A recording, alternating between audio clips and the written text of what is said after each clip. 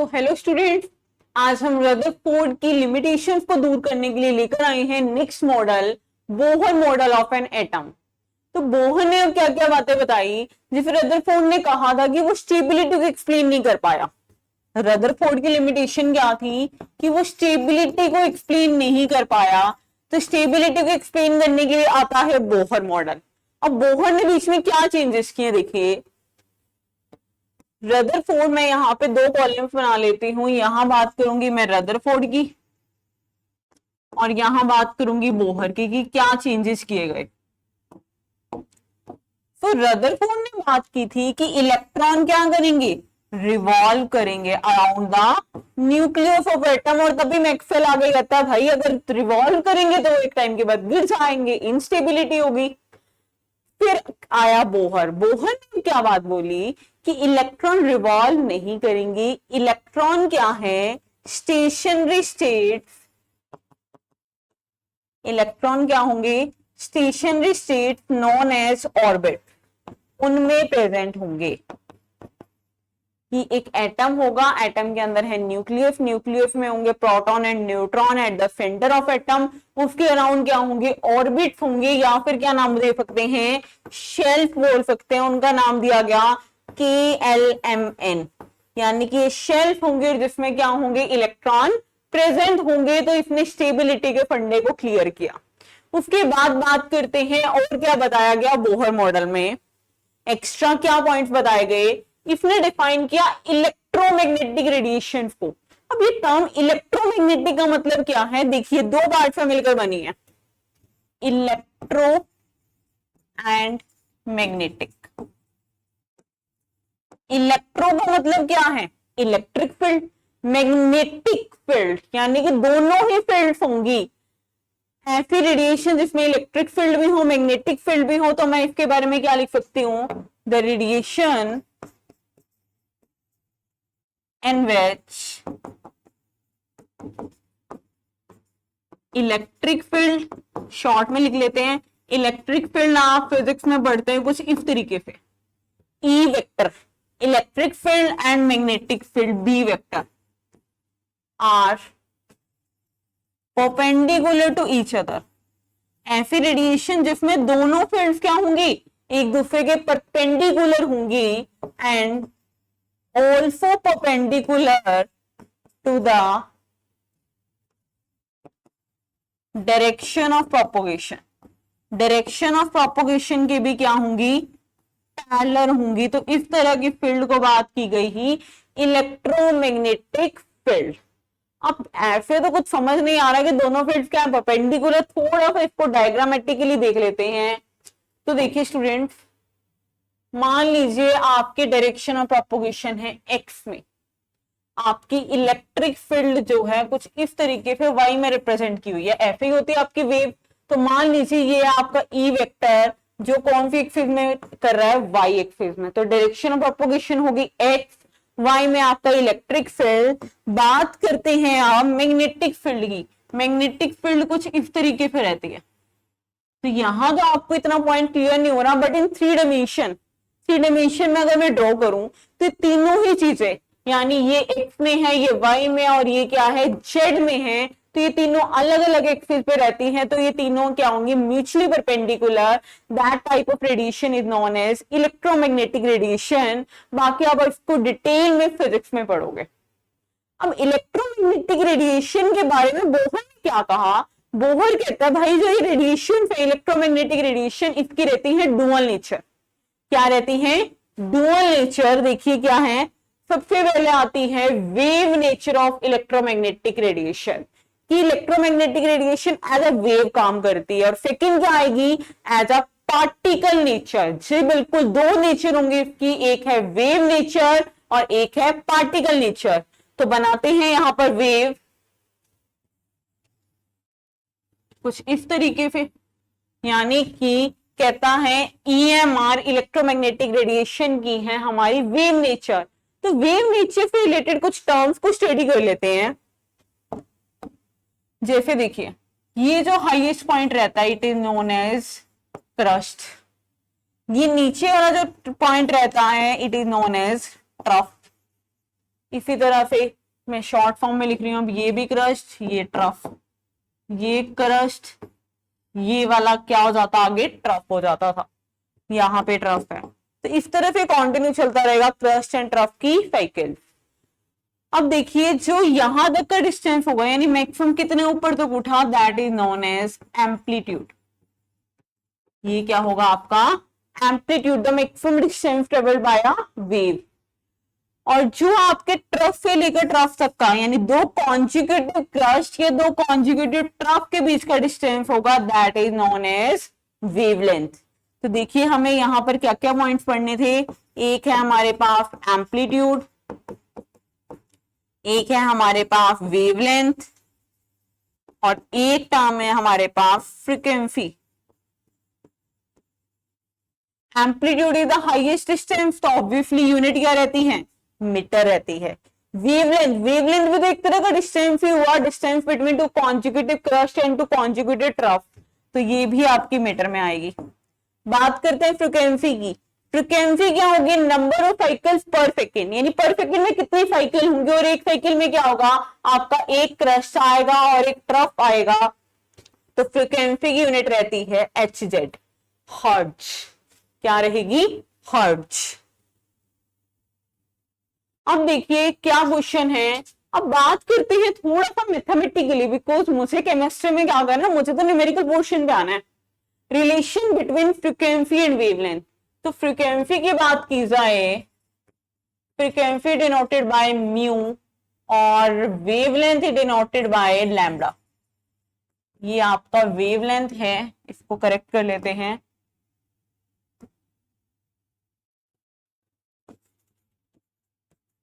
Wavelength lambda से represented है, frequency आपकी जो है म्यू से रिप्रेजेंटेड है। तो देखिए स्टूडेंट्स क्या रहता है, mu equal to phi upon में लैम्बडा, ये रिलेशन आप यूज करेंगे। म्यू क्या है आपकी फ्रीक्वेंसी, वेवलेंथ क्या आपका लैम्बडा, और जो फी है, फी रहता है आपका स्पीड कह सकते हैं या फिर वेलोसिटी कह सकते हैं आप, velocity of light in vacuum, कि वैक्यूम में कितनी वेलोसिटी है लाइट की, that is known as phi speed of light या वेलोसिटी ऑफ लाइट। वैल्यू रहती है 3 × 10⁸ मीटर पर सेकेंड। ये कांस्टेंट वैल्यू आपको याद रखनी है, जो अभी हम न्यूमेरिकल्स में पुट करेंगे। उसके बाद देखिए टर्म आती है wave number. Wave number actual में क्या होता है, wave number denoted by mu, और म्यू के ऊपर आप क्या लगाएंगे, बार। ध्यान से देखना, फ्रीक्वेंसी आपकी म्यू है, वेव नंबर आपका क्या है, म्यू बार है। तो म्यू बार एक्चुअल में क्या होता है, 1 अपॉन में लैम्बडा। यानी कि मैं कैसे डिफाइन करूंगी, रेसिप्रोकल ऑफ वेवलेंथ। वेवलेंथ का क्या है, रेसिप्रोकल है, ये फॉर्मूला रहा। और यूनिट्स की अगर बात की जाए तो वेवलेंथ की यूनिट है मीटर, वेव नंबर की यूनिट क्या हो जाएगी, पर मीटर। वो उसका क्या है, रेसिप्रोकल ऑब्वियसली, तो क्या हो जाएगी यूनिट, पर मीटर। अब देखते हैं क्वेश्चन में इन चीजों को मैं कैसे अप्लाई करूं। देखिए the most favourite question of CBSE, 2 marks का बहुत फेवरेट क्वेश्चन है सीबीएसई वालों का। ये क्या क्वेश्चन है, देखिए कैलकुलेट, आपको कैलकुलेट क्या करना है, वेव नंबर कैलकुलेट करना है, और क्या कैलकुलेट करेंगे, फ्रीक्वेंसी कैलकुलेट करेंगे येलो रेडिएशन की। येलो रेडिएशन अगर स्टूडेंट्स आपको नहीं पता तो मैं बता देती हूँ, जो सोडियम होता है, सोडियम के लेंस यूज किए जाते हैं फिजिक्स लैब में भी, तो वो येलो कलर की रेडिएशन हमें प्रोवाइड करता है। वेवलेंथ हमें दे दी गई है, मुझे क्या करना है, वेव नंबर निकालना और फ्रीक्वेंसी। तो सबसे पहले मैं यहां पर लिखूंगी न्यूमेरिकल्स का, पहले क्या लिखते हैं, गिवन। गिवन क्या है मुझे, गिवन है मुझे वेवलेंथ कितनी, 5800 एंगस्ट्रॉम। तो पहला काम करते हैं, एंगस्ट्रॉम को मैं करूंगी मीटर में convert. I can write 5800 into 10⁻⁻10 meter. मैंने पहले इसे कन्वर्ट कर लिया। अब मुझे क्या निकालना है, ए पार्ट में वेव नंबर। वेव नंबर क्या होता है, 1 अपॉन में लैम्बडा, यानी कि यहाँ पे वैल्यूज पुट की जाए 5800 इंटू 10⁻⁻10। अब सॉल्व करने की जब बात आती है 10⁻⁻10 डिवाइड में है, तो ऊपर जाके क्या हो जाएगा, 10⁻10 हो जाएगा। अब स्टूडेंट्स अपनी कैलकुलेशन बड़े ध्यान से करनी है। देखो हमें केमिस्ट्री पढ़नी है, मैथमेटिक्स की तरह पूरा टाइम कैलकुलेशन पे नहीं लगाना, तो स्मार्टली कैलकुलेट करते हैं फिर। देखिए नीचे क्या है, 4 डिजिट है, तो आप 10⁴ अलग ले लीजिए, इनटू में 10⁻6 अलग ले लीजिए, 5800। अब आप क्या करेंगे, 100 डिवाइड बाई 58 बहुत इजीली कर सकते हैं, 1 पे आएगा। उसके बाद बचता है 42, पॉइंट लगा दिया जाए तो 58 5 जा 29, यानी कि ज्यादा पे जाएगा, 58 7 जा 5, यानी कि 1.7 बनता है। तो मैं यहां लिख देती हूँ 1.7 इंटू 10⁻6। निकालना क्या था, वेव नंबर यानी कि पर मीटर। तो आपको इस तरह से कैलकुलेशन करनी थी। अब कैलकुलेशन को रफ पार्ट को यहाँ रब कर देते हैं, अब सेकंड पार्ट पे आते हैं। सेकंड बी पार्ट में आपको क्या करना है, आपको कैलकुलेट करनी है फ्रीक्वेंसी, और फ्रीक्वेंसी आपको पता है क्या रहता है, फी अपॉन में लैम्डा, यानी फी आपको velocity of light 3 into 10⁸8। Wavelength की बात की जाए तो वो ऑलरेडी गिवन है 5800 इंटू 10⁻−10। तो आप इसे सॉल्व करेंगे। अब 3 डिवाइड बाई 5800 में एक बार ऐसे रख देती हूँ, ये क्या हो जाएगा 10⁻18। नीचे है 0 0, तो हम इसको जो है कुछ इस तरीके से लिख सकते हैं ना, इसको मैं 16 कर देती हूँ, ये हो गया सॉल्व। देन इसको डिवाइड करके आपके पास क्या आ जाएगा, प्रॉपर आंसर आ जाएगा। तो स्टूडेंट्स आपको इस तरह से कैलकुलेट करना है, न्यूमेरिकल फॉर्म है, आपको इस क्वेश्चन पे जरूर देखने को मिलेगा। नेक्स्ट न्यूमेरिकल देखिए, the wavelength range of visible spectrum. तो ईएमआर में बहुत सारे स्पेक्ट्रम्स आते हैं, विजिबल स्पेक्ट्रम यानी जो ह्यूमन देख सकते हैं उनकी बात की जा रही है। वॉयलेट से रेड तक जो आप पढ़ते हो ना, VIBGYOR, violet to red rainbow में पढ़ते हो, उसी की बात की गई है। वॉयलेट की आपको वेवलेंथ दे दी गई है, मैं पहले लिख देती हूँ, ये वॉयलेट की बात की जा रही है। वेवलेंथ दे दी गई है 400 नैनोमीटर। रेड की वेवलेंथ दे दी गई है 750 नैनोमीटर।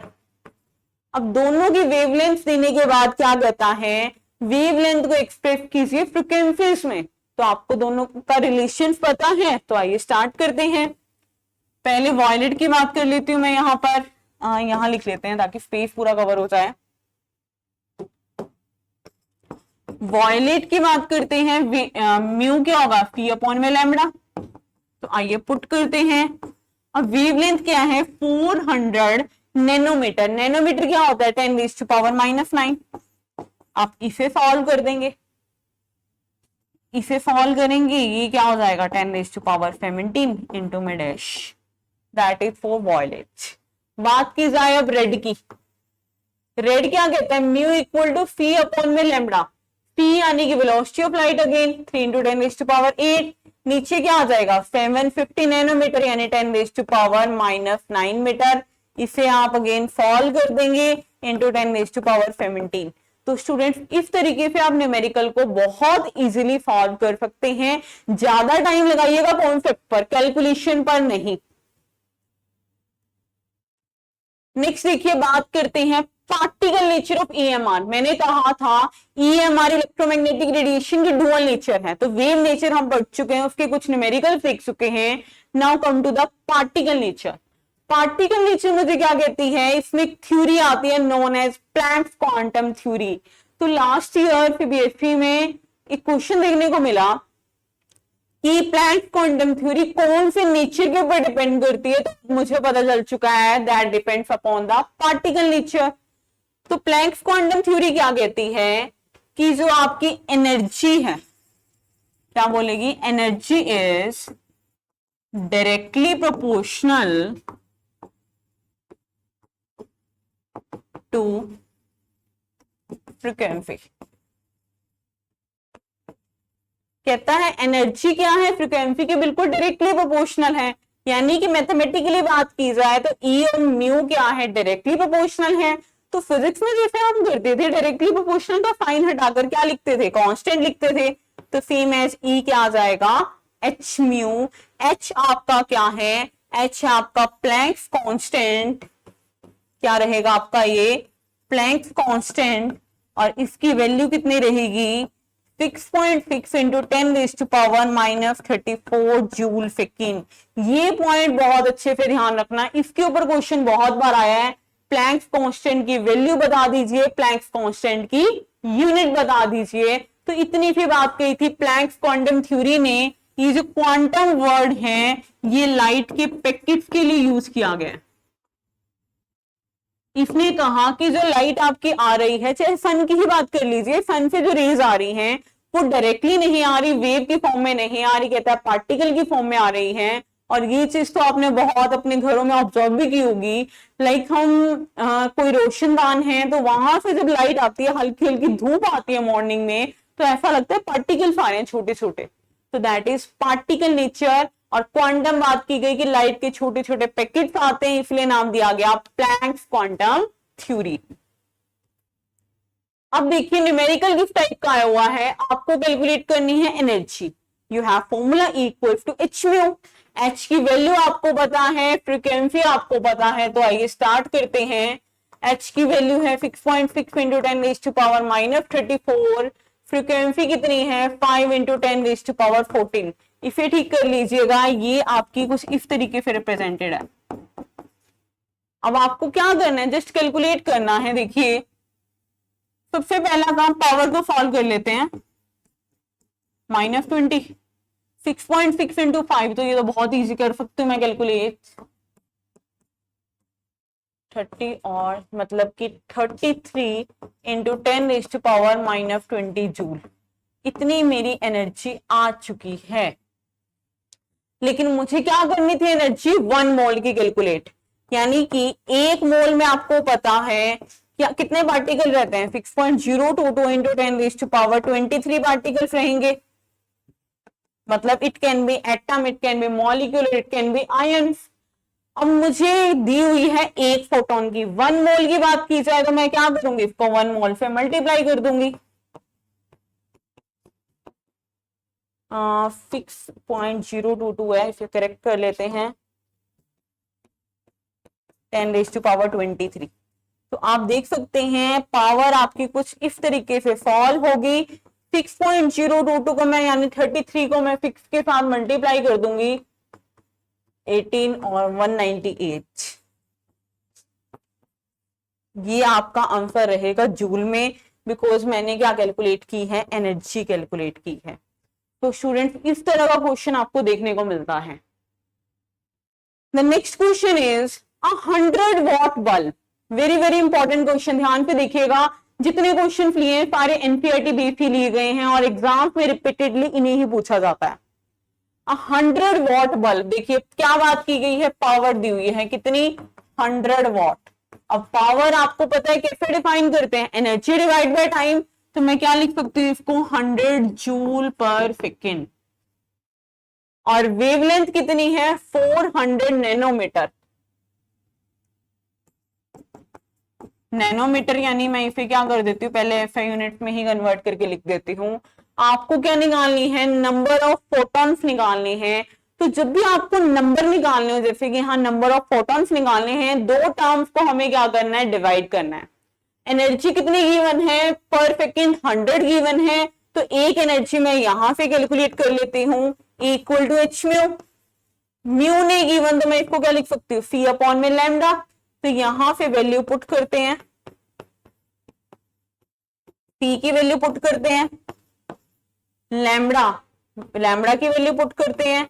तो यहां से सॉल्व करके मान लीजिए आपके पास आगे कोई एक्स एनर्जी, एक्स मान लेती हूं मैं इसको। अब मुझे क्या करना है, मुझे कैलकुलेट करने हैं number of photon. Number of photons के लिए क्या करेंगे, जो गिवन एनर्जी थी डिवाइड बाय आपकी एक्स निकली, तो वहां से आपके पास क्या निकल आएगा, नंबर ऑफ फोटॉन्स निकल आएगा। तो स्टूडेंट्स यहां तक कंप्लीट कीजिएगा। थैंक यू सो मच, मिलते हैं नेक्स्ट वीडियो में एक नए कॉन्सेप्ट के साथ।